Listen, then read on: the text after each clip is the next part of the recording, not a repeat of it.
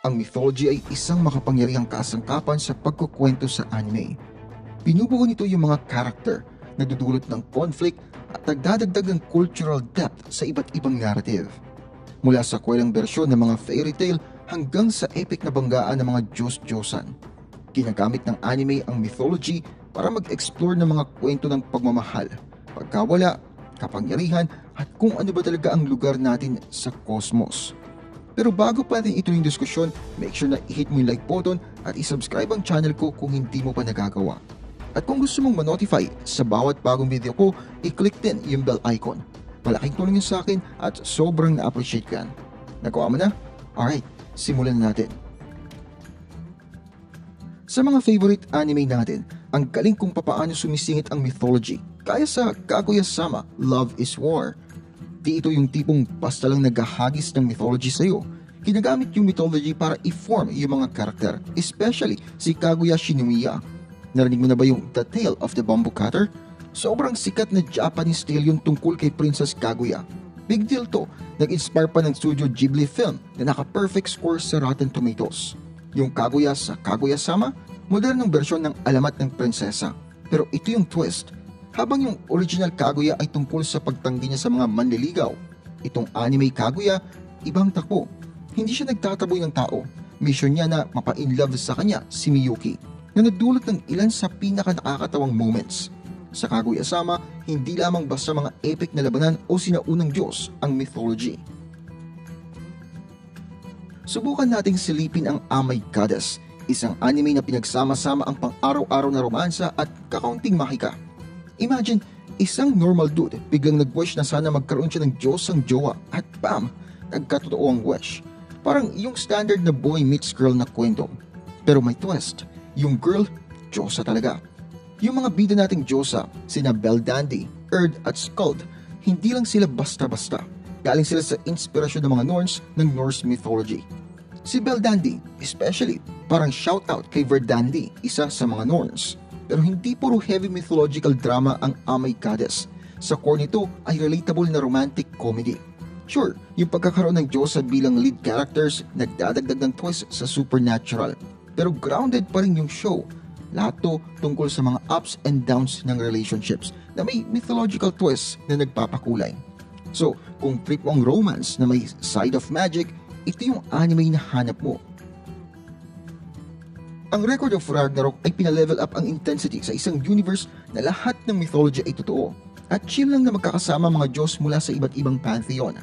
Imagine this, nakabitin ang kapalaran ng sangkatauhan sa isang manipis na thread at ang only way para iligtas ito ay sa isang tournament na may Mortal Kombat vibes. Enter Brunhild, isang Valkyrie na may game plan na nagsimula ng Ragnarok. Isang matinding showdown ng 13 Diyos laban sa 13 mortal legends. Pero hindi lang ito basta tungkol sa mga labanan. Sure, epic at brutal ang mga battle na talagang ikakapit mo sa upuan mo. Pero meron pang iba. Parang crash course ang Record of Ragnarok sa mythology at history na nakarap sa isang intense action. Medyo twinik yung mga story para mag-fit sa isang mundo na lahat ng mythology at legends ay pwedeng mag-showdown. Pero spotlight din ito sa mga iconic figures sa paraan na hindi mo pa nakita dati. So, kung fan ka ng mythology, history, o trip mo lang ang solid fight scenes, itong anime ay pasok sa banga para sa'yo sa epic mix ng lahat ng yan. At malay mo, baka may matutunan ka pang bago tungkol sa favorite historical hero o deity mo. Ang Vinland Saga ay kung saan nagbabanggaan ng history at mythology sa pinaka-epic way. Hindi lang to basta kwento ng Vikings, deep dive to sa buhay nila. Pinaghahalo ang real-life historical figures kagaya ni King Canute at Leif Erikson na may creative storytelling. Parang kinuha mo yung legit na alamat tapos binigyan mo ng twist para maging spicy yung kwento. Yan ang Vinland Saga para sa'yo.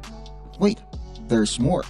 Hindi lang tumatambay yung series sa era ng Viking conquest. Sumisisi din ito sa misteryo ng legacy ni King Arthur pag nag-shift yung kwento sa Britain. Parang history class pero mas maraming bakbakan, drama at mythical intrigue. Sa mga fans na sobrang hook na sa first 2 seasons, maganda kayo kasi yung season 3 mas malalim pa sa historical at mythical roots ng saga ang bubuksan. Hindi lang ito pagkukwento, binubuhay muli ng Vinland Saga ang ancient legends at pinapalapit sila sa audience ngayon. So, Kung trip mo ang halo ng real history at legendary tales, itong anime ay treasure trove na dapat mong galugarin. Ang Spice and Wolf ay nagdadala sa atin ng isang mahiwagang paglalakbay sa panahon. Pinagmimix ang charm ng ancient folklore at ang complexities ng pagbabago ng paniniwala. Sa core ng enchanting series na to, si Holo, isang wolf goddess, ay inspired mula sa German folklore. Imagine mo, isang diyosa na sumasayaw sa damuhan, simbolo ng agriculture at harvest, na kumakatawan sa mga espiritong pinaniniwalaan nagpapala sa mga pananim. Yan si Holo para sa'yo. Pero sa Spice and Wolf, hindi lang siya sa fantasy tale. Ito ay malalim na pagtalakay sa ebolusyon ng relihiyon, lipunan at kung anong ibig sabihin ng pagiging tao.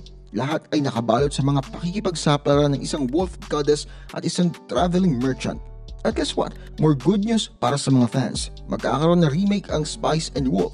Nagpapakita tong series na ang mga kwento ng lumang mga Diyos at bagong paniniwala ay kayang mag-coexist at mag-provide ng fascinating glimpse sa ating nakaraan at hinaharap. So kung fan ka ng folklore with a side of economic savvy, abangan mo ang pagbabalik ng Spice and Wolf. Pag deep dive mo sa mundo ng Pokemon, parang nagbubukas ka ng chest full of mythological wonders. Ang Pokemon, hindi lang siya tungkol sa pag-catch 'em all. Journey ito sa isang universe na buhay ang mythology. Lalo na pag pinag-uusapan natin yung legendary Pokemon. Kasi ang inspirasyon nila ay hindi lang basta sa mga hayop. Diretso galing sa sinaunang mythology at legends. Tignan mo yung legendary birds ng first gen na sina Moltres, Zapdos at Articuno.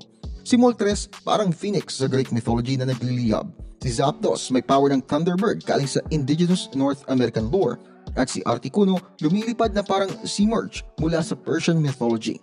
Pero hindi lang doon nagtatapos ang koneksyon. Habang lumalaki ang Pokemon world, lumalaki rin yung mythological inspiration nila. Pinapasok yung mga creatures na nagpapalakas ng imahinasyon sa pagitan ng ghost, dragon at fairy types. Yung mix ng folklore at fantasy, hindi lang siya nagbibigay ng mga epic Pokemon designs. Pinapalalim pa niya lalo yung Pokemon universe na ginagawa ang bawat discovery na isang exploration ng global mythology. Ang Okami-san ay binagong laro sa mga fairy tale. Binabaliktad ang narrative sa pinaka-nakakaaliw na paraan. Imagine sa isang mundo kung saan ang Big Bad Wolf ay hindi pala bad guy kundi hero at si Little Red Riding Hood ay tropa niya. Welcome sa Otogi Bank, parang anime version ng A-Team kung saan nag-join forces ang mga high school students para tulungan ang mga kaklase nila na may problema. Bawat isa sa unique club na ito parang shout-out sa classic folklore characters. Pero may twist. Si Ryoko bumibida bilang Big Bad Wolf, samantalang si Ringo naglalakad sa yapak ni Little Red Riding Hood. At huwag nating kalimutan sina Taro at Otohime, ang ating modern-day Urashima Taro at Princess Otohime mula sa sikat na Japanese folktale. Ang Okami-san ay hindi lang creative spin sa folklore, may kasama pa itong high school comedy setting. Yung fairy tale vibes nagdadala ng whimsical touch sa palabas na nagpapa-stand out sa high school anime. Isa itong clever, grounded story na pinapakita na kahit yung pinaka-traditional tales ay pwedeng reimagine sa pinaka-delightful ways. Bago pa man maging sikat ang isekai ngayon, ang Fushigi Yugi ay nagdala sa mga fans sa mahiwagang paglalakbay sa ibang mundo. Imagine, nagbukas ka lang ng libro tapos boom, nasa mundo ka na inspired ng ancient China. Kasama pa ang mga Diyos at mga epic quest. Ganyan nga ang nangyari kina Miyaka at Yui, dalawang estudyante na naging pre-stress para sa dalawa sa 4 gods ng mundong ito. Hindi lang ito basta adventure story. Ang Fushigi Yugi ay isang malupit na mix ng gera, loyalty at kilig na nakaset sa isang mythologized universe. Spotlight ng series ang mga deep connections at ang mga magugulong relationships sa diverse cast nito na nagpaparamdam sa atin sa bawat twist at turn ng journey nila as sobrang personal at epic at the same time. Nagpapakita tong palabas na yung magic ng pagkakatapon sa ibang lugar ay laging nakakahook ng audience. Pinagmimix ang excitement ng adventure sa power ng friendship at love. Ang Fushigi Yugi ay isang classic na nagre-remind sa atin kung bakit tayo unang nahook sa isekai. Ang Dragon Ball sa simula pa lamang ay parang tribute na sa Journey to the West kasama yung ating bida na si Goku, inspired sa legendary Monkey King na si Sun Wukong. Yep, yung sikat na bundok ni Goku, yung magic stuff at yung pagtatambay niya sa ulap, lahat yun parang big shoutout sa adventures ni Sun Wukong. Pati nga yung pangalan ni Goku, big nod yun sa Japanese version kasi yun ng Sun Wukong. Pero kahit lumayo na ang Dragon Ball sa roots niya sa Journey to the West, yung essence ng mythology hindi talaga nawala sa series. Ang cool isipin na habang nag-i-evolve yung story over the decades, sumabak sa mga epic battles at cosmic showdowns, yung mythological influence ay nandyan pa rin.